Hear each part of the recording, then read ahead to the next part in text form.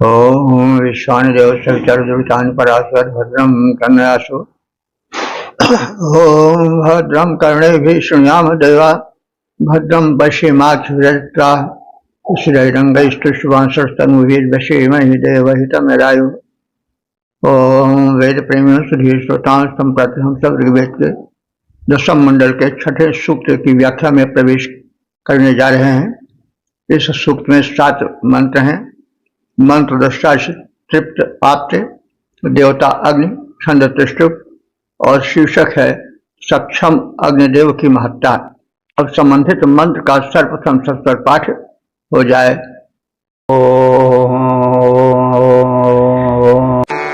अजं स यस्य शर्मन्नपाभिरग्नेरेधते जरिताभिष्टौ ज्येष्ठे भर्यो भानुभिरर्षोणाम् पर्येति परिवेतो विभावा।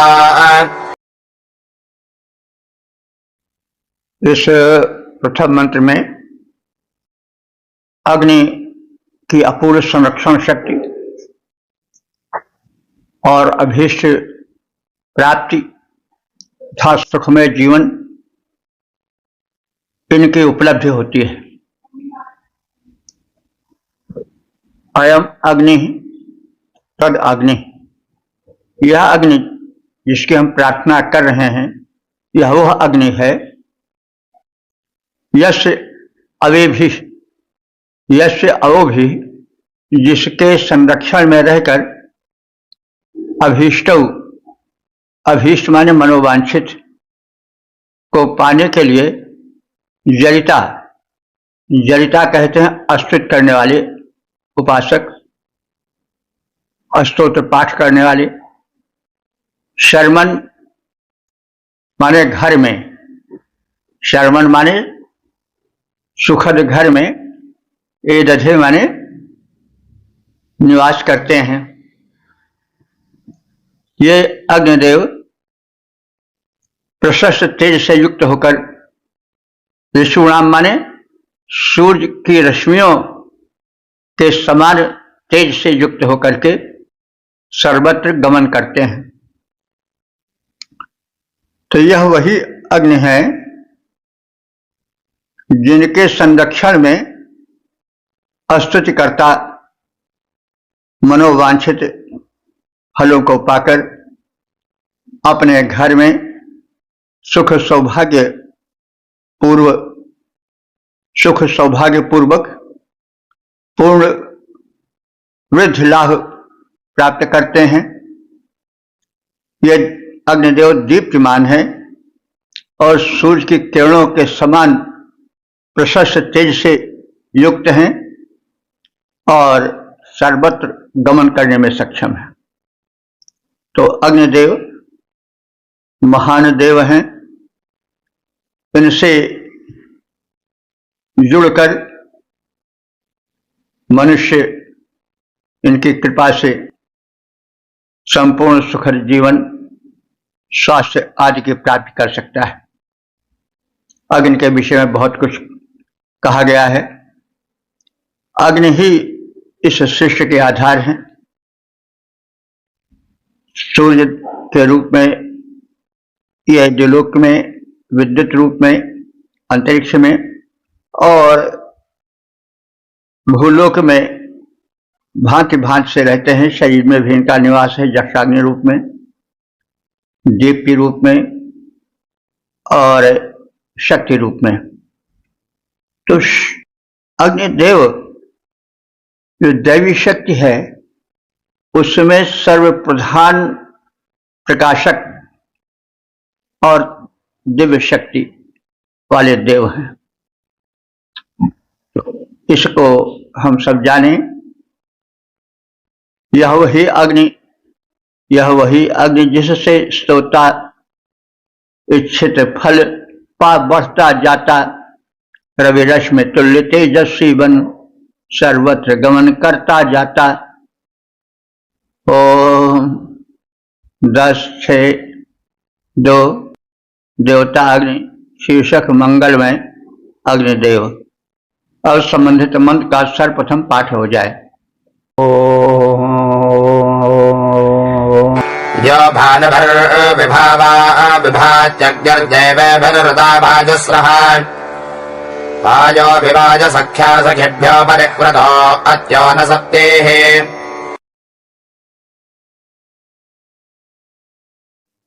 इस दूसरे मंत्र में यह कथित है कि अग्निदेव उपासकों के संरक्षण में सतत सक्रिय रहते हैं, इसलिए महान है। यह अग्नि जो हित में अग्रगण्य रहने वाला देवता अग्नि है, देवी भी भानु भी वियाति। देवी भी माने देवों के साथ या देवों के द्वारा, भानु भी किरणों से, भानु माने किरण होता है। तो इस समय तो किसी से पूछा जाए तो भानु माने वह सूर्य ही बतावेगा, लेकिन ऋग्वेद में भाषा का प्रारंभिक दौर था, इसलिए जो वस्तु में विशेषता होती थी, गुण होता था, उस पर संबोधित कर दिया जाता था वस्तु विशेष को।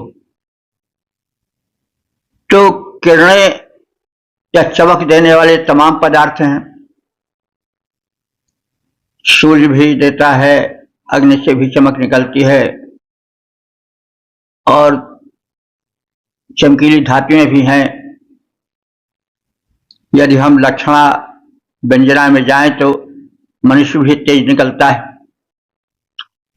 तो भानु का अर्थ तेज से है, भा उसी से बना है, भाति शोभा या किरण। लेकिन बाद में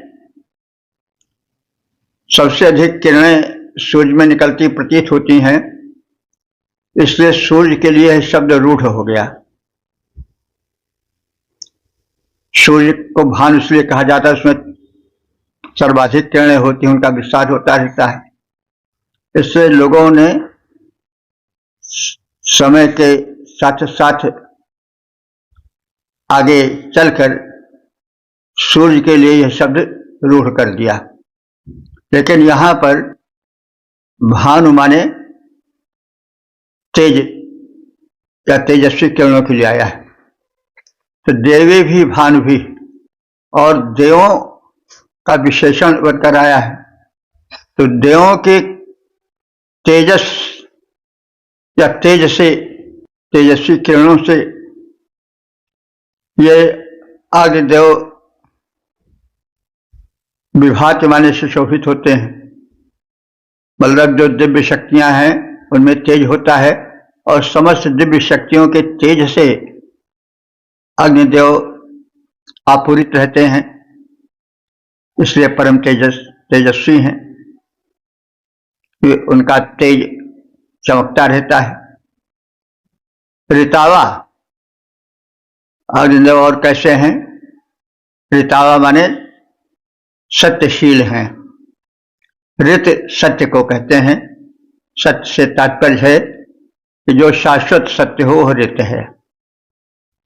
जैसे अग्नि का ही एक रूप विद्युत है, जिसको हम करंट कहते हैं आजकल। तो करंट को अगर छुआ जाए तो वो तत्काल झटक देगा। तो यह शाश्वत सत्य है। यह है विद्युत का एक प्रारंभ से लेकर के आज और संभवतः आगे तक रहेगा। इसलिए यह ऋत है, सत्य है। तो जो अग्निदेव हैं वो सत्य हैं, परिवर्तनशील नहीं है। उनका सत्य सिद्धांत जो है वो अटल है, इसीलिए वो ऋतावा हैं, सत्यशील हैं। और ऋत माने यज्ञ भी होता है, क्योंकि यज्ञ भी निरंतर होने रहने वाली एक वस्तु है या एक क्रिया है। जैसा हम कहते आए हैं कि इसमें शंका की आवश्यकता नहीं है कि यज्ञ नहीं हो रहा है तो होगा ही नहीं या खंडित है। यज्ञ तो निरंतर होता रहता है। यज्ञ का अर्थ होता है जहां निस्वार्थ प्रदान किया जाए, वो सब यज्ञ है। जैसे सूर्य किरणें निरंतर प्रदान करता है, वो यज्ञ ही करता है। वायु निरंतर बह बह करके सबके पास पहुंच करके जीवन प्रदान करते हैं, तो वो भी यज्ञ हैं। तो इस प्रकार से जहां लोकहित में निस्वार्थ भाव से क्रिया हो, सब यज्ञ है। यह जगत ही यज्ञ है। दान यज्ञ, सपोज यज्ञ, योग यज्ञ तथा परे गीता में भी कथित है। तो यह अग्निदेव जो है, ऋतावा माने निरंतर सत्य वाले हैं अथवा यज्ञ वाले हैं, क्योंकि ये भी निस्वार्थ भाव से सबका हित करते हैं। और अजस्रा, अजस्रा माने ये निरंतर चलने वाले हैं। अजस्र, इनका स्रोत निरंतर है, टूटने वाले नहीं है। ये सदा रहे हैं, सदा रहेंगे।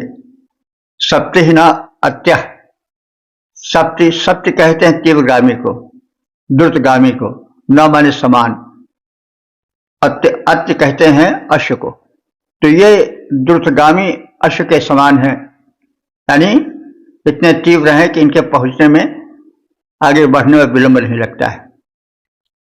यजमाना नाम हिताय गच्छति, ये यजमानों के हितार्थ निरंतर एक तीव्रगामी अश्व की भांति पहुंचते रहते हैं। ये उपासकों के परम हितैषी हैं। उपासक का तात्पर्य हुआ कि जो अग्नि की पूजा आहुति देकर करता है, वातावरण शोधन करता है, अथवा जो शरीर में व्याप्त अग्नि है उसको निरंतर प्रज्वलित रखता है खान पान आहार विहार के माध्यम से, तो शरीर में जठराग्नि के रूप में, ताप के रूप में अग्नि वर्धमान रहती है, नेत्रों में ज्योति बनकर। तो यह यजमानों का हित करती है और यजमानों के हित में सतत क्रियाशील रहती है। तो इसका मतलब नहीं हुआ कि वही एक तरफ का हित करेगी। इसमें जो मनुष्य हैं, जो अग्नि के सेवक हैं, उन्हें भी निरंतर अग्निदेव के संरक्षण का यत्न करना चाहिए। यदि अग्नि संरक्षित नहीं होंगे तो कैसे काम चलेगा। घर में दीपक है, जल रहा है, अगर उसे हवा से झकोरे से नहीं संभाला जाए तो अग्नि कैसे चलेगा। तो इसलिए यजमानों को, जो अग्नि के उपासक हैं, उनको भी अग्नि का हित ध्यान में रखना चाहिए। शरीर में हमारे अग्निदेव हैं, जठाग्नि के रूप में, ताप के रूप में, ज्योत के रूप में। तो हम अगर खान पान आहार विहार से संरक्षण नहीं देंगे उनको, तो फिर वे हमारे शरीर से निकल जाएंगे अथवा उनका तत्व कम होता जाएगा। वार्धक्य, रोग शोक जल्दी आवेंगे, तो फिर मृत्यु भी जल्दी आवेगी। तो यजमानों के हित में वे निरंतर चलते रहते हैं। लेकिन कैसे यजमान जो ऐसे नहीं कि कुछ कार्य ना करें, अग्निदेव का संरक्षण न करें। अब इसको व्यापक अर्थ में देखिए कि अग्निदेव को केवल वही नहीं जो लपटें उठाकर जलते हैं। अग्निदेव का व्यापक अर्थ लेना चाहिए और उनके संरक्षण का ध्यान रखना चाहिए। यानी हमारी जठराग्नि कैसे ठीक रहेगी, हमारी नेत्र की ज्योत कैसे ठीक रहेगी, हमारे शरीर में जो ताप है वह कैसे संतुलित रहेगा, आदि आदि बातों को ध्यान में रख करके संपूर्ण रूप से अग्नि के सटीक प्रशस्त रूप को ध्यान में रख करके क्रियाएं करनी चाहिए। यही अग्नि की भक्ति है। तो अग्नि शाश्वत हैं, देवों की तेजस्विता से प्रकाशित हैं, दिव्य शक्तियां उनके पीछे हैं। द्रुतगामी अश्व के समान यजमानों का मंगल करने हेतु अग्नि शीघ्रातिशीघ्र पहुंचते रहते हैं, यानी वे लोक मंगलकारी हैं। सत्य सत्य नित्य शाश्वत पावक हैं, देव तेजसे जगमग करते, द्रुतगामी द्रुत गतिशील अश्व समूह भक्तों के निकट पहुंचते रहते। और 10, 6, 3 देवता अग्नि शीर्षक संरक्षक अग्निदेव और संबंधित मंत्र का सर्वप्रथम सस्वर पाठ हो जाए। ईशेजो विश्वस्य देववेदैरीशे विश्वाजुरुषसोऽव्योष्टौ आजस्मिन् हवीं शग्नावरिष्ठरथस्कभ्रादिशोषैः। इस तीसरे मंत्र में अग्निदेव के विविध कल्याणमय साधनों का कथन है। वे सदैव उपासकों के हित में संलग्न रहते हैं और इतने सशक्त हैं कि शत्रु बल उनका कुछ बिगाड़ नहीं सकते हैं। तो यह विश्वस्याह, यह माने जो अग्निदेव, विश्वस्याह माने संपूर्ण विश्व के, देववीते माने यज्ञों के, देववीत यज्ञ को कहते हैं। देववीते माने यज्ञों की, ईशे माने स्वामित्व करने वाले हैं। तो अग्निदेव यज्ञों के स्वामी हैं, साथ ही साथ संपूर्ण लोगों पर या संपूर्ण जगत का स्वामित्व करने वाले हैं। हम सब जानते हैं कि यदि अग्नि देव न हो तो जीवन नहीं हो सकता है। अग्नि 3 रूपों में मान्य है, विशेष रूप से सूर्य रूप में, विद्युत रूप में और किस रूप में, जो है वो धरती पर भिन्न भिन्न रूपों में, कभी दीपक रूप में, कभी रसोइया में जलते हुए अग्नि के रूप में, कभी यज्ञ में, यज्ञवेदी में। तो वे विविध रूपों में विद्यमान है विश्व में। और अगर अग्नि ना हो तो फिर क्या होगा? धरती जम जाएगी, बर्फ बर्फ हो जाएगा, अंकुरण भी नहीं हो पाएगा। तो वे समस्त जगत के जीवन के दाता और संरक्षक हैं। विश्वायु संपूर्ण जगत के जीवन दाता है। उषसा विष्टो ईशे, उषसा माने उषा काल में, विश्व माने हवन करने वालों के वे, ईशे माने प्रभु हैं, स्वामी हैं। स्वामी क्या करता है? सेवक की रक्षा करता है। तो उषा काल में जब यज्ञ होता है तो अग्निदेव यज्ञ करने वाले पर विशेष कृपा दिखाते हैं और उनके प्रभुतुल्य हो जाते हैं, उनके संरक्षण का भार उठाते हैं, योग क्षेम बहाम्यहम् वाली स्थिति लाते हैं। तो अरितः रथः अथवा अरिष्ट रथः, अरिष्ट माने होता है मंगलमय। तो अरिष्ट शब्द हम आयुर्वेद की दवाओं में बहुत सुनते हैं, जैसे द्राक्षारिष्ट, अश्वगंधारिष्ट। तो वो इसी अर्श शब्द से बना है। अरिष्ट माने जो मंगल करे, जो दवाओं का नाम है वो मंगल करते हैं, शरीर को स्वस्थ रखते हैं। तो अरिष्ट का अर्थ होता है मंगलमय, हितकर। तो इनका रथ जो है अग्निदेव का, वो मंगलमय है, कल्याण करने वाला है। शूषैः अस्कभनाति, ये शूषैः माने बल होता है। तो शत्रु बल से ये अस्कभनाति माने सुरक्षित हैं, यानी शत्रु बल इनका कुछ बिगाड़ नहीं सकता है। ये जगत को पतन से बचाने वाले हैं। तो जो अग्नि संपूर्ण विश्व में यज्ञीय कर्मों के स्वामी हैं, जो सर्वत्र गमनशील हैं, सबके जीवन दाता हैं, ऐसे अग्निदेव उषा काल में प्रज्वलित होकर पोषण प्रदान करते हैं। और ये जीवन तत्वों के नियंता हैं। जितने जीवन के तत्व हैं खाद्य पदार्थ में अथवा जिनकी आवश्यकता भिन्न भिन्न रूपों में भिन्न भिन्न तत्वों में पड़ती है, प्रोटीन विटामिन आदि रूप में, वो इन्हीं के द्वारा प्राप्त होता है। अग्नि ही जो ऊर्जा है वो ऊर्जा भिन्न भिन्न रूपों में परिणत होती रहती है। इन्हीं के कारण जितने पोषक तत्व हैं वो सब अग्नि के माध्यम से परिपक्व होते हैं, जिनका सेवन मानव प्राणिमात्र करते रहते हैं। तो ये प्रवाहित पोषक तत्वों के नियंता हैं, स्वामी हैं। उनका मंगलमय रथ शत्रुबल से सुरक्षित जगत का संरक्षण करता रहता है। शत्रुबल इनका कुछ बिगाड़ नहीं सकता है। ये आराधकों के संरक्षण में सदैव दत्तचित्त रहते हैं। यह इनकी दयालुता है, इनकी महत्ता है।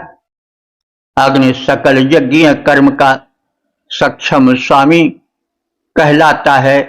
गमनशील सर्वत्र और सारे जग का जीवन दाता है। उषा काल में पोषण तत्वों का प्रवाह अक्षुण बनाता, उसका मंगलमय रथ अरिबल अरिबल भक्षक जग रक्षक बन जाता। ओम 10, 6, 4 देवता अग्नि शीर्षक देवदूत अग्निदेव और संबंधित मंत्र का सर्वप्रथम सत्तर पाठ हो जाए। श्रोषे भृथोदुषाणो अर्कैर्देवां अच्छार भवत्वादिगादे मन्द्रो होता स जुह्वा आजज्येष्ठः सम्मिश्लो अग्निराजघर्त्य देवान्।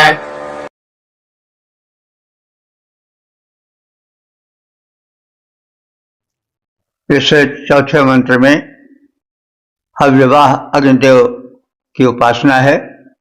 हव्यवाह माने जो यज्ञीय पदार्थ आहुति रूप में ज्वलित वेदी में डाला जाता है, जिसका अग्निभक्षण करते हैं, तो उसके सूक्ष्म अंश को वे दैविक शक्तियों तक ले जाते हैं, इसलिए वे देवदूत हैं। और मनुष्य का कल्याण वे बताते हैं और उनकी कामनाओं को, अभावों को वे देव शक्तियों तक पहुंचाते हैं, इसलिए वे देवदूत हैं, बीच के संपर्क साधने वाले हैं। तो देव क्या है? ये जो शक्तियां हैं प्रकृति में व्याप्त, वे सब देव हैं। जैसे जल है, बादल है, पवन है, इस प्रकार से भिन्न भिन्न रूपों में जिसे उस परम ब्रह्म परमात्मा ने व्यक्त किया है। परम ब्रह्म परमात्मा ने अपनी शक्तियों को, अपने स्वरूप को विविध रूपों में फैलाया है। यह किंचित हम देखते हैं वो सब ब्रह्म ही का प्रकृत रूप है। सर्वम खलुदम ब्रह्म। तो ये जो सृष्टि है, प्रकृति है, प्रकृति कहते हैं प्रकृष्ट कृति है प्रकृति। तो यह जो जल, पवन, अग्नि, सूर्य, चंद्र, ग्रह, नक्षत्र हैं, यह सब क्या है? उस परब्रह्म परमात्मा की अभिव्यक्ति है। बाह्य रूप इसी रूप में प्रकट है और वैदिक देवताओं को इसी रूप में ऋषियों ने देखा है। यही सत्य दर्शन है। तो देव शक्तियों से, जल, क्षिति, पावक, गगन, समीर से ही तो मनुष्य का शरीर निर्मित होता है। यह शक्तियां जब यज्ञ बल से सुरक्षित रहती हैं, सशक्त रहती हैं, निरामय रहती हैं, निर्दोष रहती हैं, तो मनुष्य का शरीर भी स्वस्थ, निरामय, निरोग रहता है। वह सुखप्रद होता है, कल्याण संवाहक बन जाता है। लेकिन जब ये जो तत्व हैं ये प्रदूषित कर दिए जाते हैं, तो उतने ही खतरनाक बन जाते हैं। इसलिए वैदिक ऋषियों ने यज्ञ विधि से इन्हें पवित्र करने का विधान किया है। यह बड़ा भारी आविष्कार था यज्ञ। जो विद्वान हैं, ऋषि हैं, उन्होंने इस यज्ञ शक्ति का अनुभव किया और अग्नि को प्रज्वलित कर उसमें औषधीय द्रव्य डाला, जिससे प्रदूषण नष्ट हो जाए और वनस्पतियों में एक नई प्रकार की शक्ति का स्फुरण हो। तो यज्ञ का यह शुभ और सक्रिय और सकारात्मक रूप है, रचनात्मक रूप है। इसको ऋषियों ने देखा, प्रयोग में लाए, लेकिन जो बुद्धि में अल्प थे इनसे, असुर वो इसका विरोध करने लगे। वो कहते रहे होंगे भाई घी और जो अन्न घर का है तेल वो सब डाल रहे हो तुम अग्नि में, मूर्ख हो। और जब उन्होंने देखा कि हमसे बढ़े जा रहे हैं, तब उन्होंने यज्ञ का ध्वंस करना प्रारंभ कर दिया। ये बढ़ न पावे, क्योंकि यज्ञ तो जरूर कोई ऐसी चीज है। तो ये बहरहाल तो एक जो भिन्न भिन्न शक्तियों में संघर्षण होता है वही है। जब विपरीत विचारधाराएं या संस्कृतियां पनपती हैं तो उनमें विचार वैभिन्न होता है और संघर्ष भी होता है। कभी कभी संघर्ष रक्तपात में बदलता है, कभी विचार में बदलता है। आजकल का संघर्ष जो है वो विचारों वाला संघर्ष है। एक पार्टी दूसरे पार्टी के अवगुण को बताती है, उसको दोषी बनाती है। बहरहाल ये संघर्ष तो चलता रहा है, चलता रहेगा, उसका प्रारूप बदलता रहता है।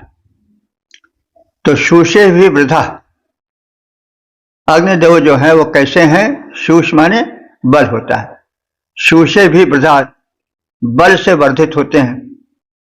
तो अब जैसे अग्नि का यज्ञ में प्रकटीकरण किया जाता है तो संघर्षण होता है दो काष्ठों का, अरणियों का, तो बल पूर्वक वो प्रकट होते हैं यज्ञ में। अथवा अग्निदेव किसी भी प्रकार से प्रकट हो तो एक बल, एक संघर्षण की आवश्यकता तो होती है। इसीलिए अग्निदेव को सामर्थ्यों से प्रकट होकर वर्धित होने वाला कहा गया है। अर्कहि माने, अर्क कहते हैं स्तुति, अर्कहि माने स्तुतियों द्वारा देवान अच्छ, आज जगत देवों को ये अच्छी प्रकार से वेग से शुद्ध करते हैं, उनके पास जाते हैं, उनको तृप्त करते हैं। मंद्रह माने ये अग्निदेव प्रशंसनीय गुणों वाले हैं, अस्तु प्रशंसित हैं। यजिष्ठा, ये अग्निदेव जो है यजनीय हैं, पूजनीय हैं। देवान, देवों को, दिव्य शक्तियों को ये विधर्ती माने हव्य दान द्वारा आगे बढ़ाते हैं ये देव। और अग्नि क्या है? देवदूत हैं, होता है। अग्निदेव अनेक शक्तियों से संवर्धित, अस्तुत्य, द्रुतगामी, रथ से देवताओं के समीप पहुंच जाने वाले हैं। ये अग्निदेव अपनी महत्ता के कारण यजनीय हैं, देवों तक हवि पहुंचाते हैं। ये प्रशंसनीय हैं, देवदूत हैं। देखिए, बार बार किसी चीज कहा जाता है तो उसको उल्लेख अलंकार कहा जाता है। अलंकार भी तो वेदों से निकलते हैं। तो अग्नि ऐसे हैं, ऐसे हैं, ऐसे हैं, ऐसे हैं। तो जब बार बार किसी का गुण कथन होता है तो उस कथन से साहित्य में उल्लेख अलंकार आता है। तो स्थान स्थान पर देखते जाइए, भाषा अलंकृत भी है और वेदों से ही सब कुछ निकला है। अलंकार, रस, छंद सब निकले हैं। अग्निदेव में विविध शक्तियों, अग्निदेव में विविध शक्तियों का विकास पाया जाता है। उनका द्रुतगामी रथ उनको शीघ्र सुरों तक पहुंचाता है। ये यजमानो, ये यजनीय देवता हैं, ये यजनीय देवता हैं, देवों तक हवि ले जाते हैं। परम प्रशंसित देवदूत स्तुतियों से पूजा पाते हैं। 10-6-5 देवता अग्नि शीर्षक स्तुति अग्नि का आवाहन। अब संबंधित मंत्र का सर्वप्रथम सस्वर पाठ हो जाए। तपस्रावेन्द्रन्नरेजमानमग्यङ्गेर्भर्णमाभिरागृणध्वम् आजम् विप्रासामतिभर्गृणन्ति जातवेदसञ्जुह्वम् सहाना। इस पांचवें मंत्र में अग्निदेव की महत्ता के साथ ही साथ उनके आवाहन का भी कथन है। उत्श्राम कहते हैं भोगैश्वर्य प्रदायक। अग्निदेव कैसे हैं? उत्श्राम है यानी भोगैश्वर्य प्रदायक हैं। रेजमानम माने तेजस्वी हैं। देखिए, रेज शब्द को सुनने देखने से यह प्रतीत होता है कि अंग्रेजी का जो रेज शब्द है, जो किरण के अर्थ में आता है, तेज के अर्थ में आता है, वो इसी रेज से बना होगा। क्योंकि ऋग्वेद की भाषा ही सबसे प्राचीन भाषा है, उसी से छिटक करके तमाम शब्द बने हैं। कुछ बिल्कुल ज्यों के त्यों मिल जाते हैं, कुछ थोड़ा परिवर्तित होकर मिलते हैं। तो रेजमान वाले किरणों वाले अथवा तेज वाले, तो यही रेज शब्द जो है अंग्रेजी में रेज एक होता है किरण, तो हो सकता है किसी रेज से अंग्रेजी का रेज यानी किरण के अर्थ में प्रयोग हुआ हो। तो रेज मानव माने तेजस्वी अग्नि। अग्नि को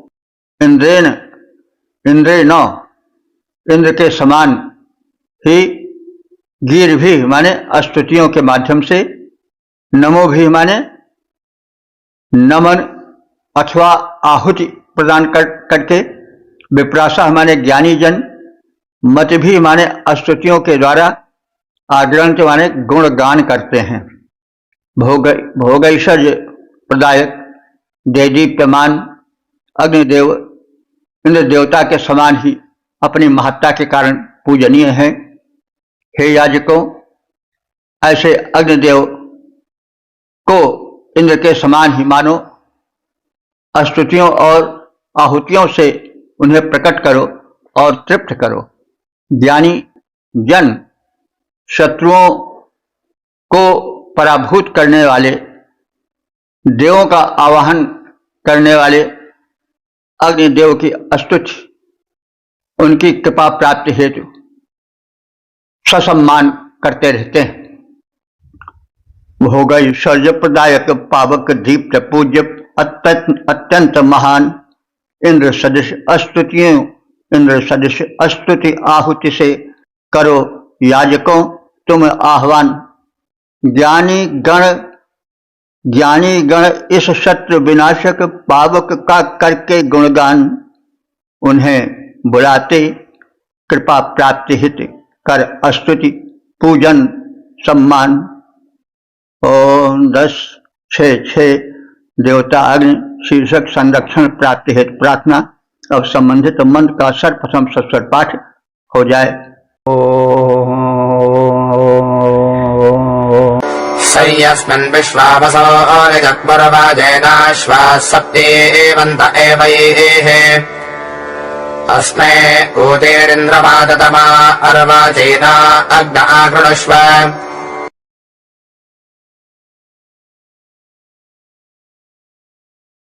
इस छठे मंत्र में यह कथित है कि अग्निदेव हमें भिन्न भिन्न प्रकार के ऐश्वर्य प्रदान करें और कराएं। तो वाजे माने युद्ध में। वाज शब्द मुख्यतया दो अर्थों में प्रयुक्त देखा जाता है ऋग्वेद में।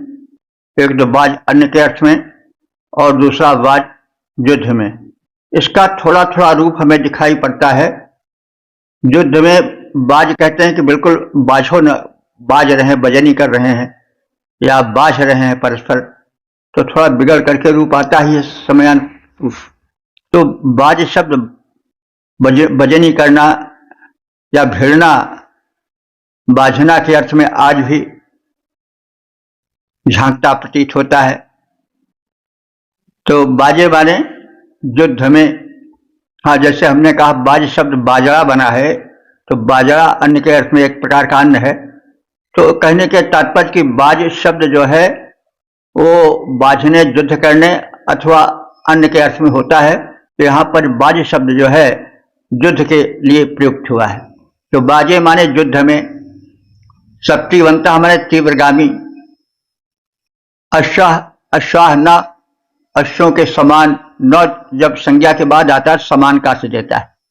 तो शक्तिवंता माने तीव्रगामी, अश्वाह न माने अश्वों के समान, विश्वावसुनि संपूर्ण ऐश्वर्य, इंद्र वात तमाह तेजस्वी इंद्र से प्राप्त होते हैं। यानी जैसे समरस्थल में द्रुतगामी अश्व एकत्र हो जाते हैं। जब लड़ाई होती है तो अश्व युद्ध में प्रमुख साधन था वैदिक युग का। तो जब युद्ध छिड़ जाता था तो चारों ओर से समरस्थल में द्रुतगामी अश्व एकत्र हो जाते थे। तो वैसे ही संपूर्ण धन वैभव ऐश्वर्य हे अग्निदेव तुम्हारी ओर से ही आते हैं। अब यह आलंकारिक कथन है और उस ऐश्वर्य को अग्नि के पास एकत्र होने का जो कथन है वो बड़ा सटीक है। जब युद्ध छिड़ने को होता है तो चारों ओर से अश्व एकत्र होने लगते हैं। तो यह एक प्रकार से मूर्तिमान दृश्य है। तो वैसे हे अग्नि देवता संपूर्ण धन वैभव तुम्हारी ओर आने लगते हैं। यानी जैसे युद्ध स्थल में युद्ध छिड़ जाने पर चारों ओर से घोड़े तीव्रगामी एकत्र होते हैं, वैसे तुम्हारी ओर तीव्रता से अन्न धन वैभव आते हैं। तो इंद्रवात तमाह माने तेजस्वी इंद्र से प्राप्त होते हैं धन वैभव। अर्वाचीना माने नई, अर्वाचीन और प्राचीन दो शब्द होते हैं। प्राचीन माने पुराना, अर्वाचीन माने नवीन। तो अर्वाचीना नवीन, ऊति माने रक्षण के साधन, ऊति कहते हैं संरक्षण को, ऊति माने सुरक्षाएं। आकृष्ट माने प्राप्त कराओ। तो हमें किस प्रकार से सुरक्षाएं प्राप्त कराओ, धन वैभव प्राप्त कराओ, उसके लिए उपमा के माध्यम से कहा जा रहा है कि हे अग्निदेव जैसे समरस्थल में द्रुतगामी अश्व एकत्र होने लग जाते हैं, वैसे ही संपूर्ण धन वैभव ऐश्वर्य तुम्हारी ओर से आते हैं और हमारे हित में एकत्र होते जाते हैं। हे देव तेजस्वी इंद्र से प्राप्त नए नए संरक्षण साधन हमें उपलब्ध कराओ। तो हे अग्निदेव तुम इंद्र परम तेजस्वी है और सर्वोपरि देव है, देवराज है, उसकी ओर से भी हमें नए नए संरक्षण साधन उपलब्ध कराओ ताकि हम कभी दीनहीन और असहाय बनकर न रहें।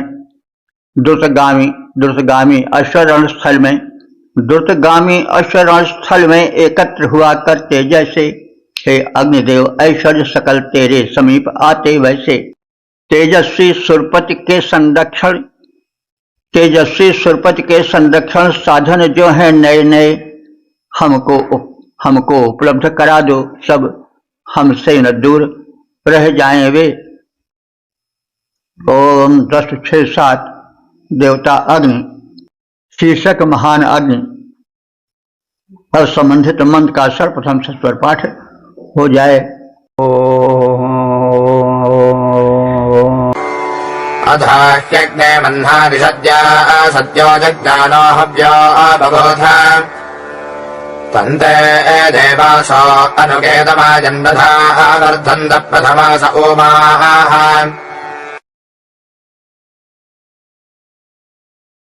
इस 17वें मंत्र में जो इस सूक्त के समापन का मंत्र है उसमें जैसे ही अग्निदेव यज्ञ वेदी में प्रकट होते हैं शिष्य रूप में, वैसे उनके पोषण हेतु भांति भांति के हवनीय द्रव्य डाले जाने लग जाते हैं और देवगण सूक्ष्म रूप से वहां पर आने लगते हैं यज्ञ भाग की प्राप्ति हेतु, और वे मनुष्य, वे उपासक अग्नि देव की प्रार्थना करने लग जाते हैं, उनमें आहुतियां डालने लग जाते हैं। इस प्रकार से एक यज्ञीय वातावरण का दृश्य सजीव रूप से इस मंत्र में खींचा गया है। अग्नि, हे हित में आगे रहने वाले अग्निदेव, महानिषद्या, महानिषद्या वाले जन्म के साथ ही महत्व लाभ करके, महानिषद्या वाले महान रूप से उपस्थित होकर यज्ञ वेदी में स्थित होकर के जब तुम दिखाई पड़ते हो तो उसी समय से तुम्हारी महिमा, तुम्हारा पूजन यजन होने लग जाता है। सद्या यज्ञाना, शीघ्र ही पैदा हुए, मतलब यज्ञ वेदी में शीघ्र ही उत्पन्न हुए, बालक रूप में, शिशु रूप में तुम वर्धित होने लगते हो। अथ माने इसके बाद, अनुआयन, अनुसरण करते हुए तुम्हारे अनुयायी, तुम्हारे भक्त उमा तुम्हें संरक्षित करने लग जाते हैं और तुम अवर्धंत उत्कर्षित होने लगते हो, यानी बढ़ने लगते हो। साथ ही साथ तुम्हें यव, तिल आदि जो हव्य द्रव्य हैं उनको चढ़ाया जाने लगता है तुम पर, ताकि तुम विकसित हो सको और हम सब मानवों का या उपासकों का कल्याण कर सको, उन्हें उत्कर्ष दे सको। हे अग्निदेव, तुम उत्पन्न होते ही महिमा मंडित होकर शीघ्र ही प्रज्वलित हो जाते हो और यज्ञ भूमि में आहुतियां ग्रहण करते हो। तुम्हें देखते ही देवगण तुम्हारे निकट आने लग जाते हैं। तुम्हारे प्रदीप्त होते ही ऋत्विकगण हवन करने लग जाते हैं तथा उत्तम यजमान तुमसे संरक्षित होकर संवर्धित अर्थात उत्कर्षित होते हैं। यजमान तुम्हें वृद्धि प्रदान करते हैं, शिष्य रूप से बड़ा करते हैं यज्ञ वेदी में आहुति आदि के द्वारा, घटादि के द्वारा, और उसी प्रकार से तुम भी उन यजमानों को, उन आहुति दाताओं को, उन होताओं को और याजकों को विकसित करते हो, उत्कर्षित करते हो, उनका कल्याण करते हो। तो इस प्रकार से परस्पर सहयोग और कल्याण की भावना का शिक्षण है। और साथ अकृतज्ञ नहीं होना चाहिए। देव तुम्हें तमाम वस्तुएं देते हैं तो तुम भी उनको दो, जो देता है उसको न देना अकृतज्ञता है, जो बहुत बड़ा दोष है। तो इस मंत्र में यह भी संकेतित है। हे अग्निदेव, पैदा होते ही महिमामय हो जाते हो। हे अग्निदेव, पैदा होते ही महिमामय हो जाते हो, प्रज्वलित हुए शीघ्रातिशीघ्र पूजा आहुतियां पाते हो। सुरगण समीप आते ऋत्विकगण आहुति तुम्हें चढ़ाते हैं। यजमान प्राप्त कर संरक्षण संवर्धित होते जाते हैं। ओम। इस प्रकार से हमने दशम मंडल के छठे सूक्त के 7 मंत्रों का संक्षिप्त ज्ञान प्राप्त किया। अब तक ले जो मंत्र व्याख्यायित हो चुके हैं उनकी संख्या हो चुकी है 8847। यह प्रभु कृपा है, उनके प्रदत्त शक्ति से हमें थोड़ा सा ज्ञान का प्रकाश आया जो हम वितरित कर रहे हैं, और प्रयत्नशील हैं कि इस अवस्था में भी कुछ दे सकें। हमारे जो पुत्र हैं मनीष चंद्र, वे भी पर्याप्त प्रयत्नशील हैं। तो हम लोग यह प्रयास कर रहे हैं, इसको आप लोग आगे बढ़ावें।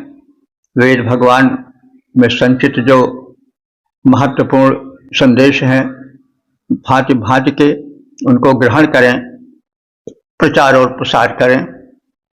तो इसके साथ थोड़ा इस सूक्त के विषय में भी जान लें। इस सूक्त में अग्निदेव का स्तमन है, उनकी महत्ता का कथन है। अग्निदेव इस सृष्टि के आधार हैं, परमात्मा का तेजोमय रूप अग्निदेव हैं, क्योंकि जो कुछ है वो सब इस सृष्टि में परमात्मा का ही प्रसार है। कोई ऐसी वस्तु नहीं है जो परमात्मा से विहीन हो।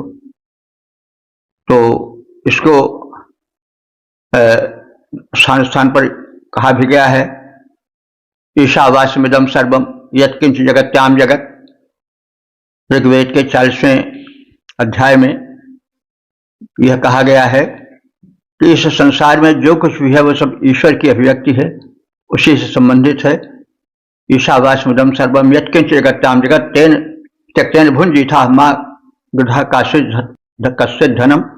तो जो कुछ मिला है उसका उपभोग तुम त्याग पूर्वक करो, किसी के धन के लोभ से ग्रस्त न हो।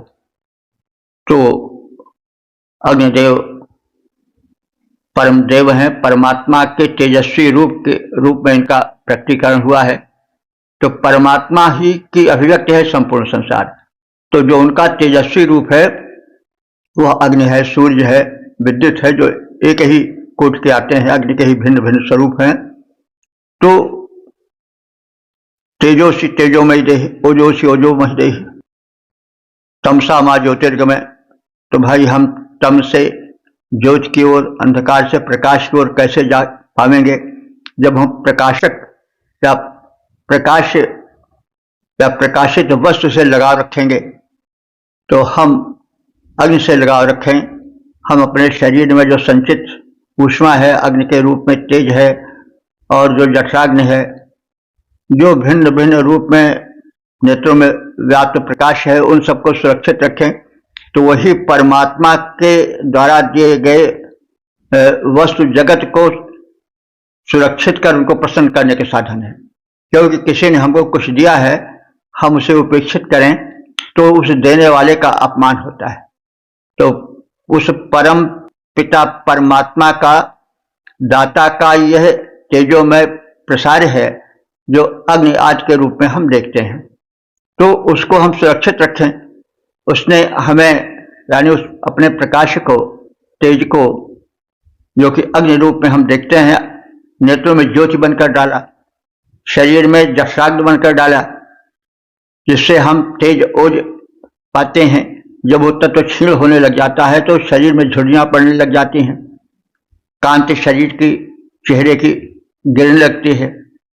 तो ये तो खैर कुछ क्षण प्रकृति का एक धर्म भी है या उसका एक लक्षण भी है, लेकिन जवानी के साथ ही साथ बुढ़ापा भी अगर चढ़ बैठे आ जाए तब फिर समझ लीजिए कि हमारी कहीं गलती है। हमने भगवान के उस अवदान को ठुकराया है, उसका सम्मान नहीं किया है। तभी हमारे नेत्रों की ज्योति समय के पहले चली गई, शरीर की कांति समय के पहले चली गई। तो जब आदमी कोई दंड करता है, कोई अपराध करता है, तो उसका दंड भी मिलता है। यह प्रकृति का नियम है।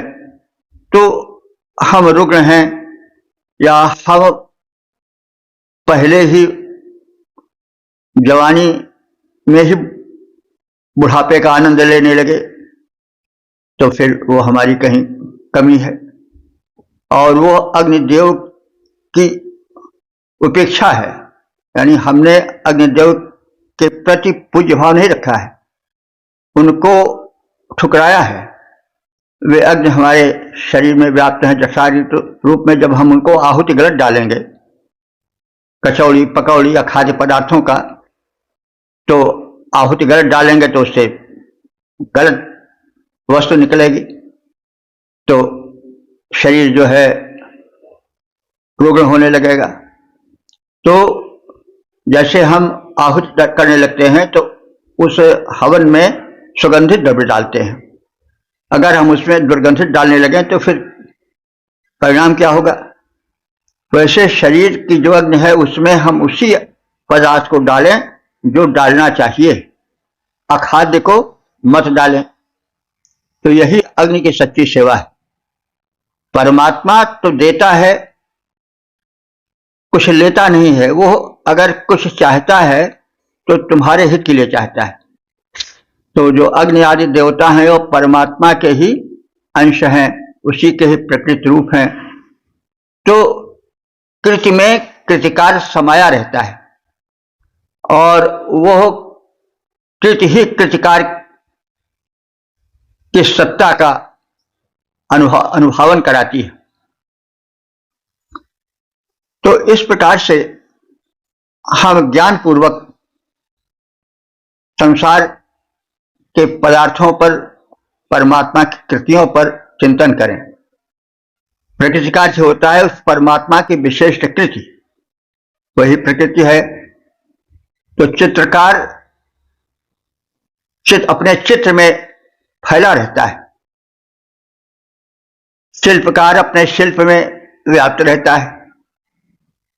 तो वैसे परमात्मा अपने इस सृष्टि में भिन्न भिन्न रूपों में व्याप्त है। अगर इसका तेजोमय रूप है, हम उसका सम्मान करें, उसको आहुतियां दें और देव पूजन यही हुआ। और साथ साथ हम स्वयं श्रेष्ठ बने, स्वयं पूज्य बने, स्वयं महान बने, यशस्वी बने और इस रूप में हम देव शक्तियों का पूजन कर अपने धर्म को निभावें और कल्याण की प्राप्ति करें। गीता में भी कहा गया है कि देवा भावयन्तु, मतलब तुम देवों की पूजा करो और देव तुम्हारा कल्याण करें। गीता के 3 अध्याय में यह पर्याप्त दूर तक कहा गया है। तो मनुष्य में और देवों में एक घनिष्ठ संबंध होना चाहिए। यही सब देव हैं। तो तुम देवों को बढ़ाओ और देव तुमको बढ़ावें। तो इस प्रकार से जो पारस्परिक संबंध है वो बना रहे, तो तुम्हारा और सृष्टि मात्र का कल्याण होगा। वो जो परम शक्ति है तुम पर प्रसन्न होगी और जीवन सुख में बीतेगा। अन्यथा भिन्न भिन्न प्रकार से सुख प्राप्त के लिए भटकते रहो, सुख पा नहीं सकोगे। डॉक्टर के पास दौड़ते रहो, स्वास्थ्य पा नहीं सकोगे। तो स्वास्थ्य या सुख पाने का जो साधन है, हम उसी पर चलेंगे तभी सुखी रह पाएंगे। रेल जब अपने पटरी पर चलेगी तभी भाग सकेगी, दौड़ सकेगी। जब डेरेल हो जाएगी यानी पटरी छोड़ देगी, च्युत हो जाएगी उससे, तो फिर एक्सीडेंट होगा, गाड़ी चूर-बूर हो जाएगी, उस पर बैठने वाला भी नष्ट हो जाएगा, जैसे एक्सीडेंट होने पर होता है।